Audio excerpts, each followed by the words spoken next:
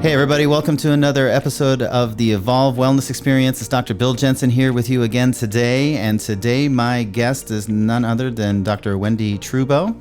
And she's up in Massachusetts right now, and she's coming in via Zoom with us here today. But she's going to be diving into a topic that we've never really touched on before, and those are environmental toxins and how they affect our overall health and well-being. So this is something that's going to be definitely applicable to everybody out there listening today. And so I hope you enjoy.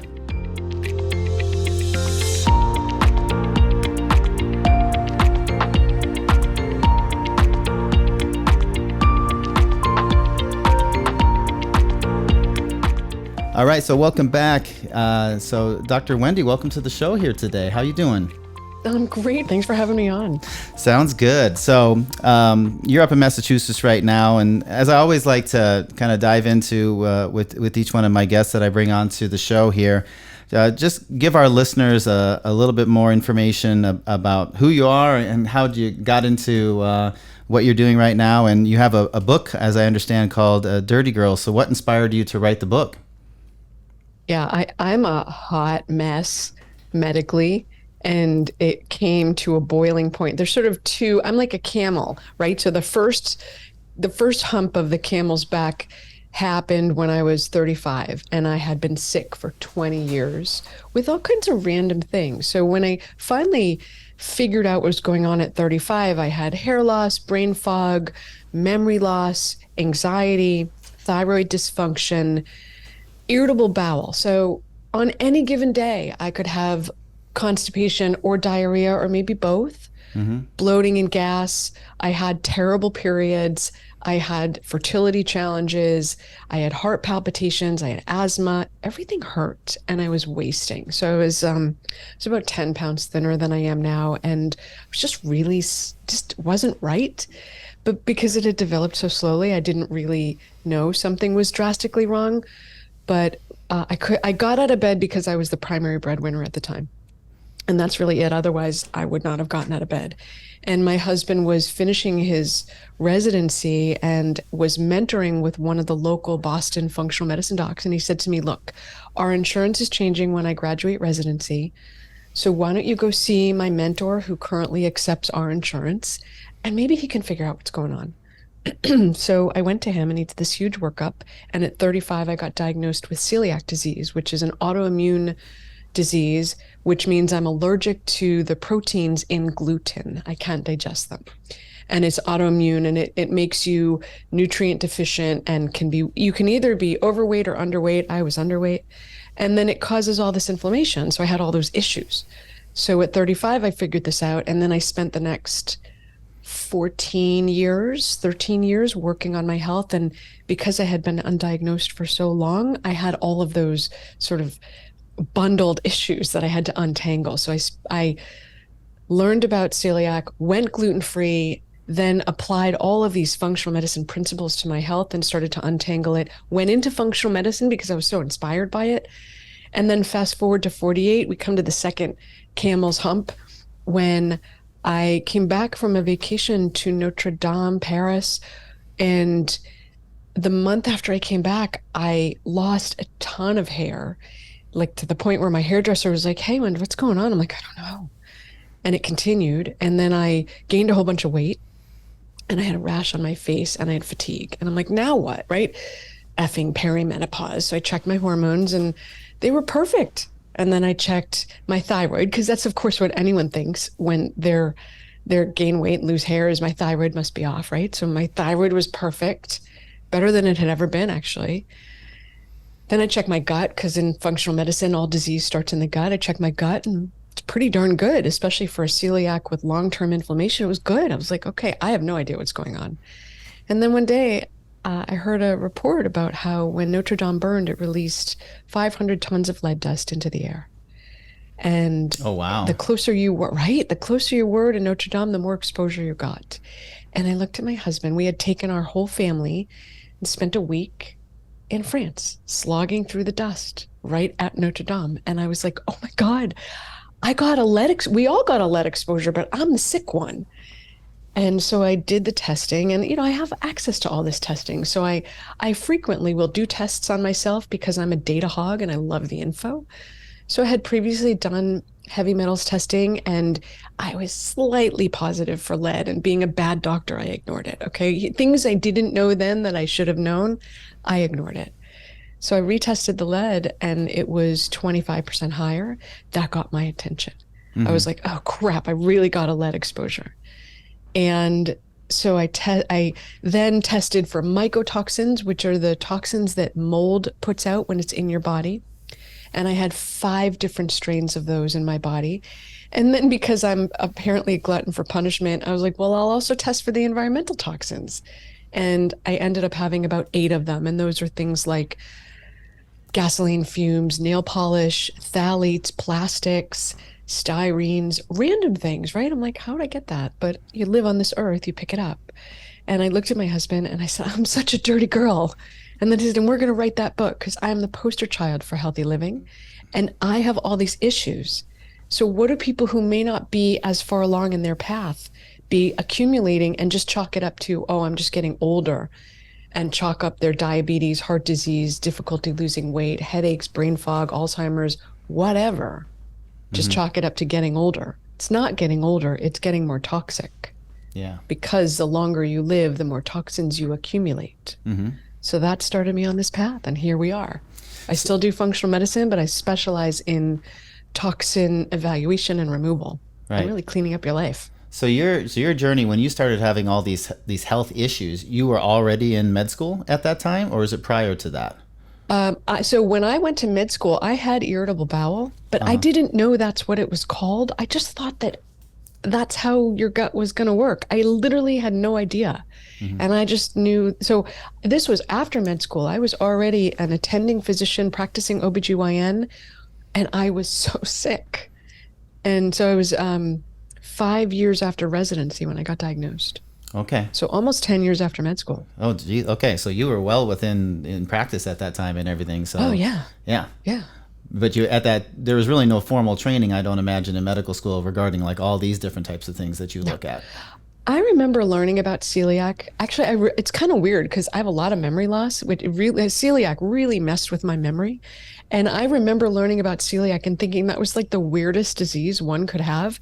But it was one line. It was like, yep, celiac sprue, you're allergic to gluten, you get rid of it. That was it.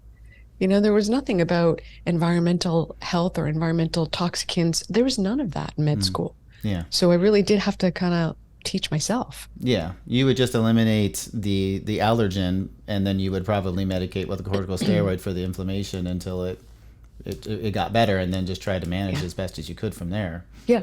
Yeah. I never went on corticosteroids. I didn't need that, but I did eliminate the gluten and have worked on, it's almost like being punished. When you eliminate gluten, you get more sensitive to exposures. And so I've been working on quieting down the immune response. Cool. So that's what you specialize in now. So how do environmental toxins, and what's the big picture? How does it really affect our health and obviously and what's its role in our immune response? Yeah. So I would say that pretty much everything that humans experience and chalk up to just getting old or genetics, you can track back to toxins. So diabetes, that is a dysfunctional management of blood sugar. What causes that? Inflammation. What causes inflammation? Toxins. Heart disease, inflammatory in nature. Cancer, the end result of inflammation is cancer. Yes. It's inflammation gone awry and gone crazy and run amok. Degenerative disease, autoimmune disease. None of us are, this is not our legacy. Our legacy is not to get sick. But because we have so many exposures across every facet of our lives, and the exposure is linear, meaning the older you are, the more exposure you have because it accumulates in your body, and you just, you're like, okay, cool. We think of it like a bank account, right? You just accumulate toxins, but it's not a good thing. And as you get more toxic, if you can't deal with it, you start to have symptoms. And what those symptoms are what we call diseases like diabetes, heart disease, obesity, autoimmune disease, Hashimoto's, thyroid dysfunction, you name it, and I will argue that it tracks back to toxins. So toxins, so obviously then the big question and the obvious thing I'm sure people are wondering about, like, okay, there's all these different toxins that our body gets exposed to, and they can create all these different diseases that we just chalk up to getting older as time is going on or something else going on. But, where are these toxins actually coming from? Like, where's our exposures happening most often, do you think? Okay, so let's talk about the 3 buckets of exposure and then the 3 ways you get exposed. And if you're listening and you're like, "Oh, could I be exposed?" Look, I'm not going to keep you in suspense. The answer is yes. You're being exposed. You live on this earth, you're exposed. So the 3 types of major toxicants: heavy metals, the big 4, which are in the top, the buried in the EPA. They've listed out a part of the EPA. There's a smaller group, and they've listed out the top 200 toxicants, and 4 heavy metals are in the top 7. So those 4 heavy metals are mercury, lead, arsenic, and cadmium. Okay. So you're getting, people think of arsenic as rice, and that's accurate. You get mercury in a number of ways, but particularly fish and fillings and industrial processes and wildfires. When the when the wildfires occur, it releases all of the stored mercury back into the environment, and there's been a lot of wildfires recently. Oh yeah. Lead is lead pipes, industrial processes. If you live in a house built before 1978, if you were born before 1978 and you grew up in the 60s and 70s, there was lead in the gasoline. So you got lead that way. And then cadmium is from West Coast oysters and smoking, industrial processes. All of these you can get from being born, because your mother, when she's pregnant, gives you 50% of her body stores of toxins. So oh wow. The very fact that you were born, you got your mom's toxins. And if she nursed you or breastfed you, you got additional toxins through that process. If you're nursing, keep nursing. But just know, nursing is a detox event for you and a tox up event for the baby. So the metals are those 4. There's other ones. There's thallium. You get it from California organic vegetables and fruits. But those are the big 4. And they are implicated in cancer, hypertension, heart disease, diabetes, hearing loss, hair loss, organ failure, you name it, and cancer. So they're pretty nasty.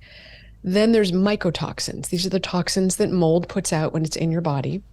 When you take a step back and go, well, I don't have any black mold growing on my ceiling, my response is, well, 1 out of every 2 buildings has had water damage in the country. I'm only talking about United States. England, it's even much higher. London is notoriously moldy. And so if you've gone to school in, lived in, worked in, driven in, whatever, visited, hung out in, you've been exposed to mycotoxins. And if you're genetically susceptible, those will hang out in you, and they're implicated in degenerative diseases, autoimmune diseases, cancer, skin things, eczema, psoriasis, itching, rash, brain fog. And so these are also pretty nasty. And then there's that other category, which is everything outside of those 2 things: your flame retardant in your bed, the formaldehyde in your dry cleaning, the plastic in your clothing, your makeup, the microplastics, the phthalates in your body, beauty products, the nail polish, the gasoline fumes. There's just the electrical EMFs that you're exposed to. It's really a never-ending list. And so that sets the stage. And now you go, okay, well, how am I getting exposed to these things? To circle back to what you actually asked, which is, how are people getting exposed? You get exposed in one of 3 ways, or maybe all 3 ways. You eat food, you drink something. If you're eating food that has herbicides, pesticides, insecticides, is grown non-organically, you're getting exposed to a range of toxins. Glyphosate is the most common herbicide in the world. Its use appears to increase about every 7 years by 50%. And it messes up your gut, and it messes up the bacteria in your gut. And it also is implicated in a number of cancers. So you eat it. If you drink alcohol, that's a direct toxin. I mean, think of it, Bill. If I was like, hey, Billy, you want to nice glass of beer. In fact, take one for each hand. And it's actually, let's back up. If I said, Billy, one cup of toxin, just drink it, dude. You'd be like, this chick's crazy. Okay. But whenever you drink alcohol, you're actually drinking a direct toxin. The liver knows it's, all hands on deck. When you drink alcohol, the liver needs to deal with it because it's so toxic. So you drink your toxins. If you're drinking from single-use plastic water bottles, you're drinking toxins because those are endocrine disrupting. What does that mean? It means that you're more likely to have dysfunctional periods, messed up transitions in your life, either into menstruating or out of menstruating. It's what makes men grow breasts because they have estrogen dominance. Mm-hmm. Not a good look, fibroids. By the way. Not a good look. Oh my gosh. One of my kids said to a relative once, a man, you have breasts. Do you know you have breasts? And I was like, oh my God. Kids but tell that's it like an estrogen dominant state, right? Yeah, she was 4. So those are not things that we're aspiring to. Breast cancer, fibroid tumors, we're not aspiring to these things, but they're very common. And so you're ingesting toxins throughout your day. That's one way. The other way is you put it directly on your body. You're male, so I'm assuming use fewer products than I do. But by the time females have sat down to their day, I'm not going to say left the house because maybe you work from home. So by the time you sit down for your day, after getting ready, females have used anywhere from 150 to 250 products. And those are not clean most of the time. They have phthalates, plastic, endocrine disruptors in them. And though your skin is your biggest organ, and it can either help you detox or it can tox up. So you're absorbing toxins through your skin, through your shampoo, conditioner, hair product, makeup, facial products, lotions, exfoliants. If you're wearing clothes that went to the dry cleaner, they have formaldehyde. Even the clean ones, it's a form of formaldehyde. Mm-hmm. That's the stuff they put in you when you die to preserve you.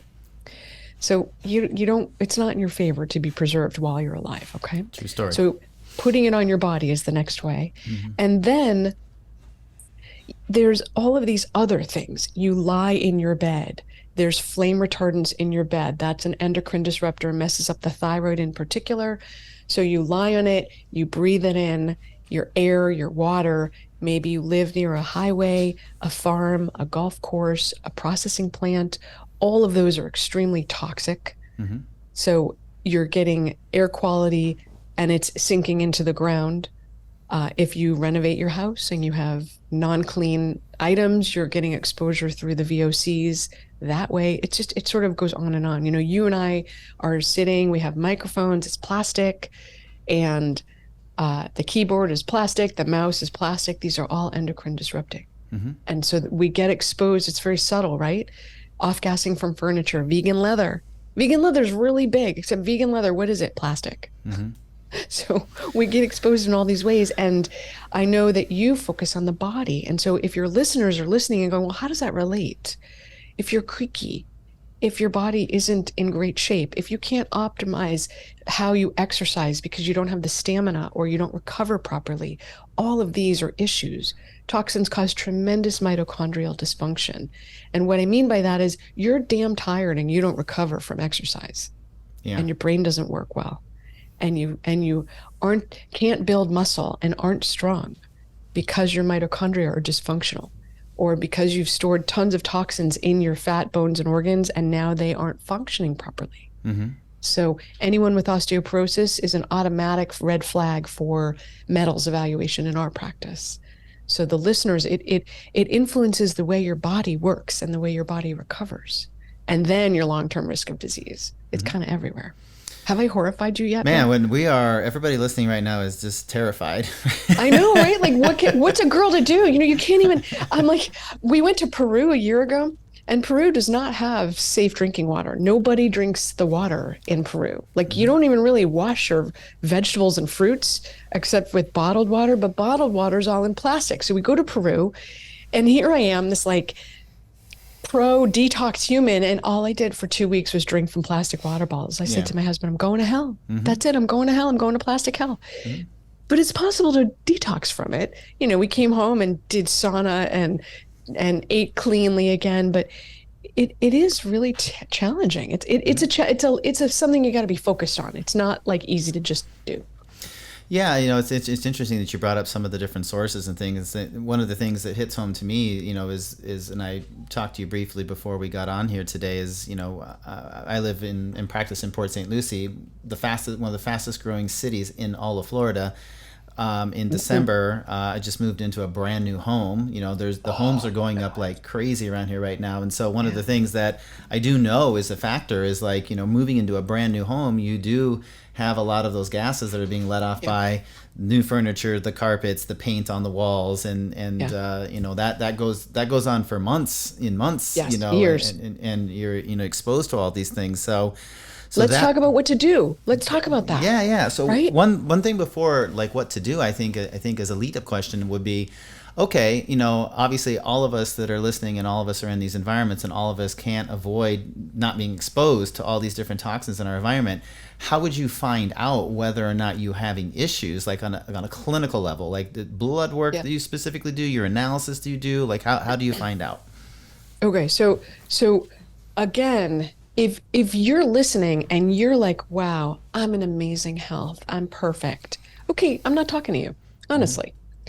If you have any type of issue from fatigue, low sex drive, difficulty losing weight, difficulty in any female region, meaning you have bad periods, messed up periods, you can't get pregnant, fertility challenges, you have anxiety, depression, OCD, you have brain fog, meaning your brain's not working the way you think it should be working. These are the symptoms, right? Or you have some diagnosed autoimmune disease, Hashimoto's, Graves' disease, rheumatoid arthritis, multiple sclerosis, Parkinson's, Alzheimer's. If you have diabetes or a diagnosis of metabolic syndrome or polycystic ovarian syndrome or high blood pressure or cardiovascular disease or cancer of any type, you can't really argue that you're in amazing shape, right? Like something's going on, you're living with it. I have a family member who has high blood pressure, thyroid dysfunction, and diabetes and takes a bunch of medicine. And they're like, I'm great. I'm like, no, you're on a bunch of medicines. Yeah, they always say, well, it's controlled. They're controlled, but they're not resolved. We'll stop the med and we'll see what happens. Exactly. So we say that you are meant, not just should be, but you're meant to be vital, vibrant, healthy, alive, able and interested in intimacy until you are at least 100. And every decade should get better than the one before. And if you're not on that path, you've got toxins. You can do a bunch of fancy testing, and I recommend you do testing so you know what you're dealing with, right?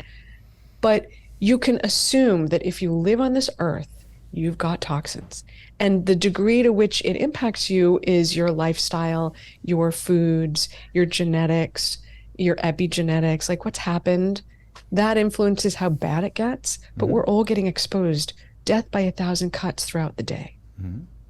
So the testing that we do, you can test blood for heavy metals. Blood testing only tells you if you had a recent exposure. So the kids in Flint, Michigan, their lead is going to be elevated. But you test me, I haven't, as far as I know, had a lead exposure. So unless there is one way it could be elevated, but as long as you haven't had an exposure, you'll be negative. So that's kind of a useless test, right? Sure. There's one place in which it's elevated, and that's with people who have high lead levels in their bodies. They store it in their bones, especially in osteoporosis, but anytime in your life, you're constantly reforming your bones. And as you reform it, you release that lead into your bloodstream. So if you're in the midst of reforming and you have lead in your bones, you're going to release it into your bloodstream, but otherwise you don't see it. So you can test for blood, but that's only for an acute exposure or if you're reforming bones. Typically, we do urine testing, and we do both provoked and unprovoked. Get up and pee is the way you find out if you have arsenic. Kind of random. You would think you'd have to do something more, but it shows up in the urine. So you can see urine, arsenic, not provoked, just get up and pee.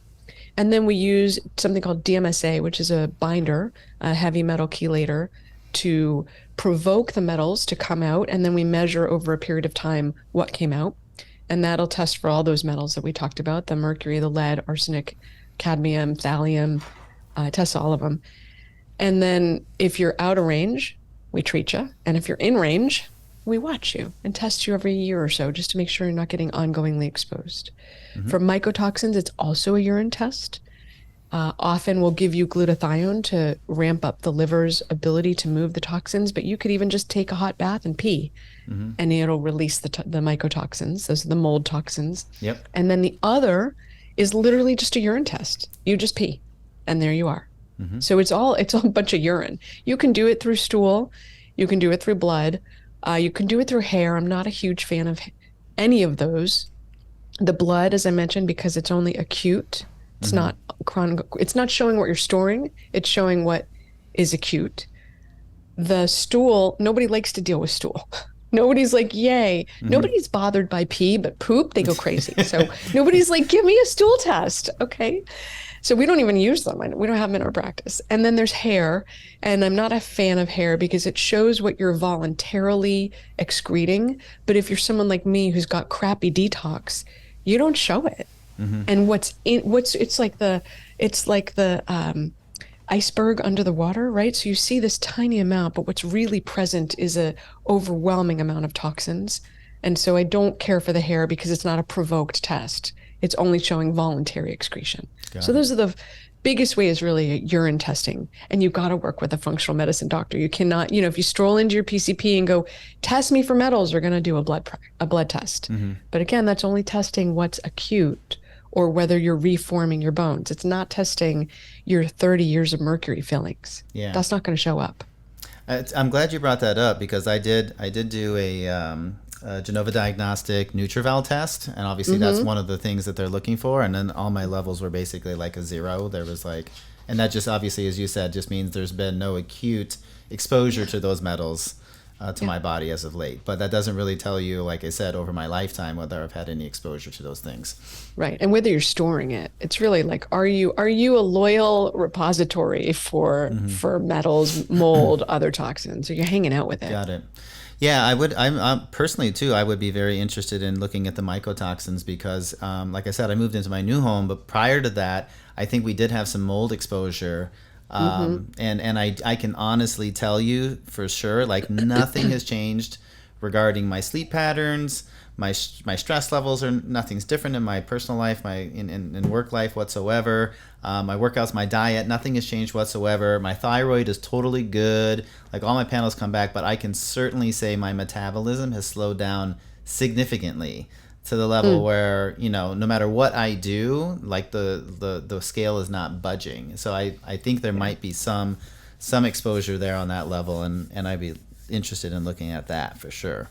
Yeah, honestly, Bill, that's like the number one, every woman who can't lose weight thinks it's either their thyroid or they need to eat less or move more. And I'm saying, yes, you need to eat right and you need to move your body because we're meant to do those things. But if you do everything right and you don't have the ideal body that you believe you're supposed to have, you have a toxins issue and they hang out in your fat. You store them in your fat. And the body's smarter than we are. We are not going to lose a pound of fat until we lose the toxins stored in the fat. So you really do hit on something. And also because you live in a new home, the other category is pretty big too. Yeah, for sure. Because your home can poison you. All right. So then following into question number 2, what do we do about it? Like we're exposed to these stuff and, potentially we get the test back and it shows there's stuff going on. Like what are the best ways in order to detoxify our bodies and get this out of us? Okay, so I was just this morning talking to Lynn Patrick, who teaches courses on environmental exposures to providers and is now launching a consumer wing also. So she said this brilliant thing. In environmental medicine, we either take the environmental toxin away from the person or we take the person away from the environmental toxicant. So one of the two. So you have to decrease. I always think of it like a funnel. Like don't fill up the pump with toxins. So when you look at that, you have agency over a lot of it. Most people are not going to up and move, right? So you're not going to pick up and move. And then you're just going into a new scenario with who knows what. So work on, 1, eating food that's minimally processed, not packaged, organic. If you eat flesh, make it grass-fed. Eliminate plastic water bottles. Filter your water. and minimize or eliminate your alcohol. 7 things around what you're putting into your body. Okay. Then all these things you put on your body. If you don't know that they're certified by the Environmental Working Group, which is literally the bee's knees for evaluation and certification, ewg.org, it's an app. You can go on the desktop, doesn't matter, but look up your products. Maybe you nailed it, but most of the time you probably didn't. So whenever you're running out of your product, and perfume, scent, aftershaves, all of those are highly toxic. Candles, level up as you're running out of something. It's probably not going to move the needle unless you're like me and you buy a 2-year supply of something because you put it on auto ship and then you kind of overshot. If you're like me, then yeah, it might be, impactful to intervene sooner. But if you're like, oh, I just have this one package to use it up. Most people are not on an unlimited budget. So you're not going to just throw away money. Use it up. And when you're done, that's an opportunity. Use EWG, use Think Dirty, level it up. Get a better product. You don't have to be perfect, but be better. Okay. And then the around you thing. So a 1989 study in Massachusetts showed that 1 out of every 6 deaths could be tracked back to air or water quality. Come on, Bill. That was in 1989. We're almost 40 years past that, and it's worse. Way worse, I have to imagine. Filter your air, filter your water. If you're going to do construction, there are sites like, I think it's called greenbuildingsupply.com, and they have vetted all products that are clean, so they don't off-gas. So when you're doing construction, you can do construction cleanly. It costs more, okay? But then you don't have the costs on the other side to remove it. The detox I've been involved in for 4 years it's expensive. Like, man, I could have renovated my kitchen with the money I spent on getting healthy. Yeah. So it's much easier to prevent a problem than it is to react once you have the problem. So if you live in a place that's off-gassing, you're going to want to get air filters in every room. I always say to people, bake it. So before you move in or when you're able to leave for a few days, jack up the heat as high as it'll go and close the windows. Summertime in Florida is a good time to do it. You're going to bake it. And you essentially bake off a lot of the toxins and then open the windows for 2 weeks to let it air out and then go back into it. So you're trying to move as many toxins out as possible. It's not 100%, but between filtering your air and then leveling up, don't wear shoes in your home, because think if you've been all over Kingdom Come, you're tracking heavy metals in, you're tracking pollen, allergens, contaminants, you're tracking a whole bunch of stuff through your home. So take off your shoes and wash down your floors. And if you live in a house built before 1978, do not be a DIY weekend warrior. Don't decide to strip the paint. Don't decide to cut into the walls, because every time you disturb the paint underneath, you expose yourself to lead. So don't do that. Refrain. Okay. And if you're going to do it, be completely covered. Again, your skin is your biggest organ and it's going to absorb. So be completely covered, wear a mask, have an air filter going, open the windows, and essentially think of yourself like a hazmat unit and divest everything that you've been wearing if you've done a DIY project in a lead containing home. There's so many things you can do, but sort of the low hanging fruit is don't drink alcohol. I stopped doing my nails. It killed me. I used to have the most gorgeous, beautiful designs, and I was like, you know what? I have high levels in my body, and so try not to fill up the pump with the toxins, so you don't have to get rid of them. Are there any other like supplemental things that you can do as far as like like charcoal, binders and things like that to try to excrete this out of your body as well? Yeah, so there's tons of things you can do. Let's talk about what's foundational. Foundational, get enough sleep. When you sleep in the deep sleep, the cells in your body shrink. And that means the space in between them gets bigger. And that means that you're able to actually drain out the toxins. So, a bunch of Americans are like, oh, I only need 5 hours of sleep. I'm like, no, dude, you need more, right? Everybody needs more. We're chronically underslept. So get more sleep, track your sleep, make sure you're getting deep sleep that's proper for you, REM sleep. So sleep, move your body, get sweaty, eat food that's good for you. Don't be a stress ball, and make sure you have relationships with others so you're not isolated and lonely, because that's a huge risk factor for disease. That's the foundational work. And then we get to, okay, what can you put in your mouth to do stuff? This is where it gets into kind of categorical. So there's stuff you can do on your own. All the things we've talked about so far, you can do on your own.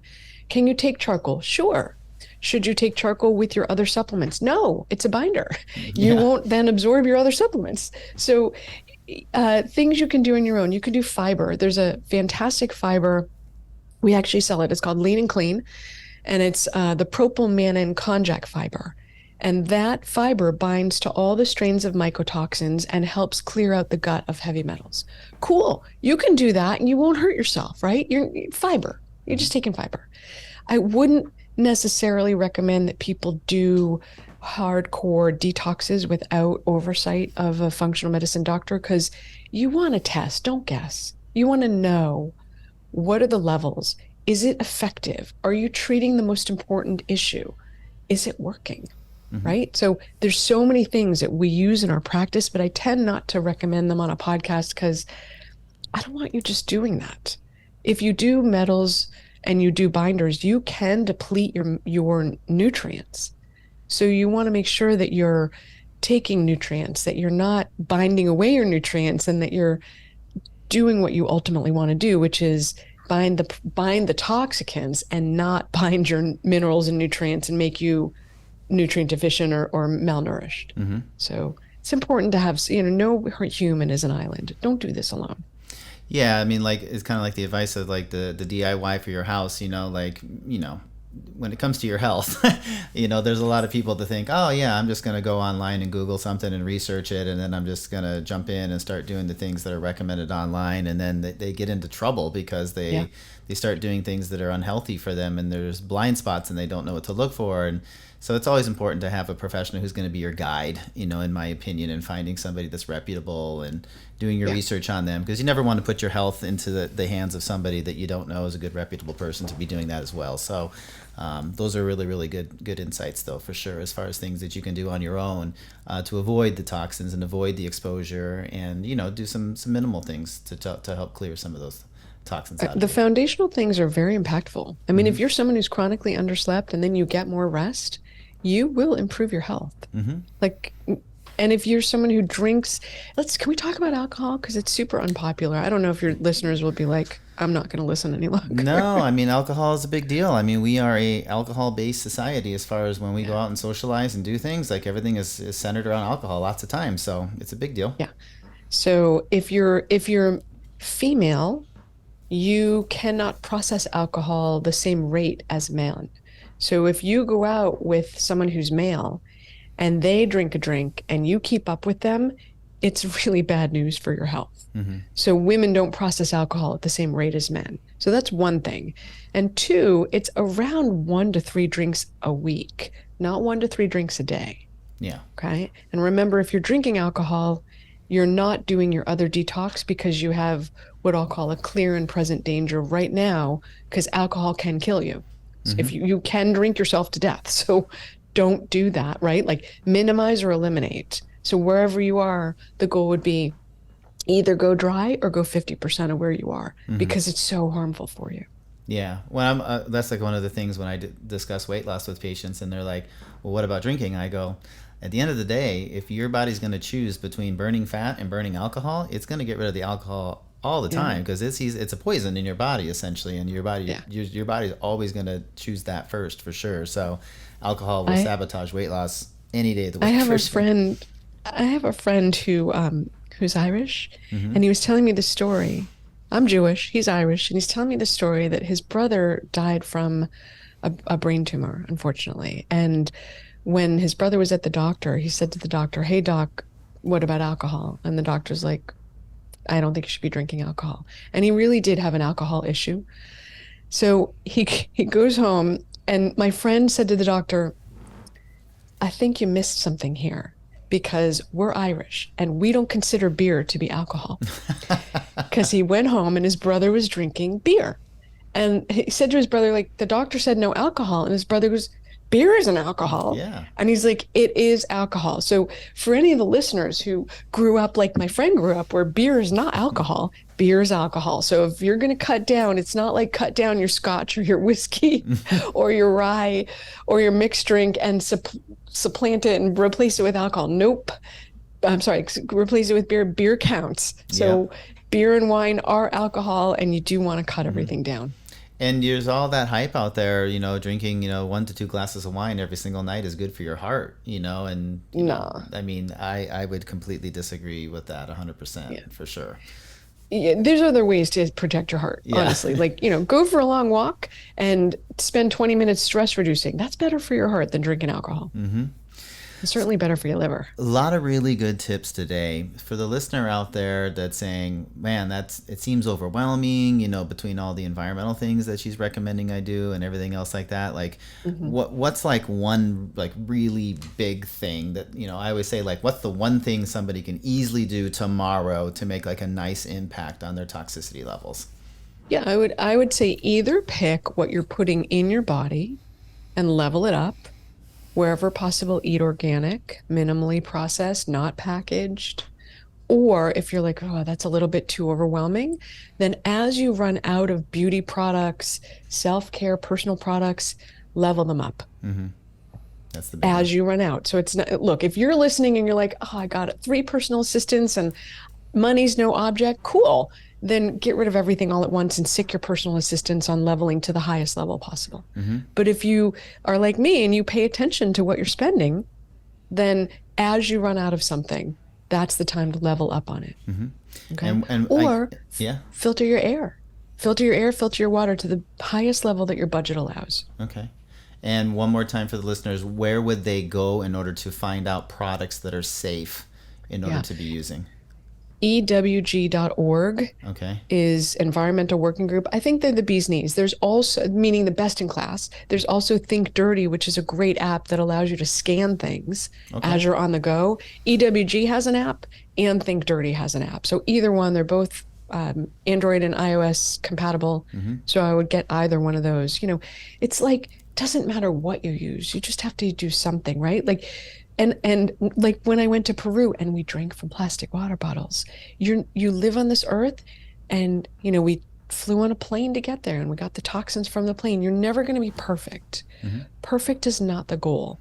Leveling up wherever possible is the goal, and one step at a time. Mm-hmm. One step at a time. And you think about, okay, if every week I make one small change, at the end of the year, it's an unrecognizable distance that you've traveled. Yeah. When people try to do everything all at the same time, they become overwhelmed, they get frustrated, and they quit. And that doesn't do anybody any good for sure. Right. So I always say to people, Rome wasn't built in a day. Mm-hmm. You're not going to be built in a day. You're not going to transform your health unless you have 3 personal assistants and unlimited funds. Mm-hmm. That's not most people listening, right? Most of us are like, I got to order this. Great. That's an opportunity. That's an opportunity to level up in that moment, right? To get present and level up. So I would say pick one of those things, get really good at it, and then layer on another thing. Mm-hmm. One by one. And get help, right? Like, don't be an island. Get help. This is what we do. Mm-hmm. That's why it's really what we do, right? We're all about helping people. So come find us. Yeah. As far as access to you within your practice, do you take people via telemedicine or is it in person? Tell the listeners how to find out about you. It's a little bit of both. So in Massachusetts, they're pretty strict. So you have to either be a Massachusetts resident or be in person for your first visit. Mm-hmm. And then after that, you can be telemedicine once you've established care. Gotcha. So we have an insurance-based practice. Mm-hmm. And then because functional medicine takes longer to do, right? It can't do it in 7 minutes, which is the national average. Our intake is an hour. Our follow-up is a half hour. So we have a membership layered on top of that because otherwise we couldn't keep our doors open. Yeah, I believe functional medicine is the future for sure. The antiquated old medical models we can see as diseases on the rise and morbidities on the rise, and we rank almost dead last in every health category in any civilized nation in the world. We can see clearly what we're doing right now is failing and not working. It's broken. So leaders like you and others out there obviously have to come to the forefront to make the world a healthier place. So I do praise you, for what you're doing and things like that. It's really admirable for sure. Thank you. I mean, you're in it too. We're in it together. For sure. So where can the listeners go to find out more information about you? You have any sites, any social media handles they can go follow you on?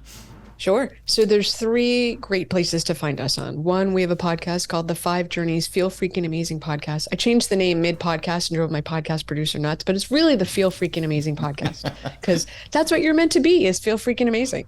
So that's one. If we have a bricks and mortar, so if you're like, oh, I want to be a patient, that's 5journeys.com. That's the medical practice. Okay. But if you live in Timbuktu or you're not coming up to Massachusetts anytime soon, we also have an online brand called Dirty Girl Detox. And actually I have a free gift for the listeners, which is dirtygirldetox.com/gift. Okay. And from that site, you can take a quiz to understand how toxic are you. You can get education. You can get chapter 1 of the book. You can get involved in the community. So it depends where people are. We were trying to meet you where you are. Awesome. And where can they find your book at? Best place is my boyfriend, Amazon. Nice. My husband's like, your boyfriend, right? I'm like, yeah, my boyfriend, Jeff, right? So go to Amazon. Especially if you have Prime, that's the easiest way. It also comes in Kindle. And within the next year, I'll record the audiobook, although I'm very lax on that. I haven't done it yet. Absolutely. That's how I get my information, is I'm running down the street, is listening to my my audio podcast. So that's definitely the way.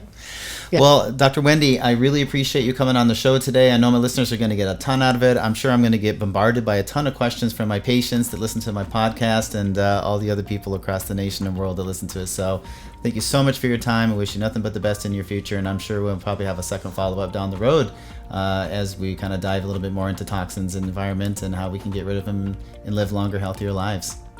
Great. Thank you, Bill. My pleasure being here. And thanks for having me on. All right. Enjoy the rest of your day. Take care. You too. Thank you.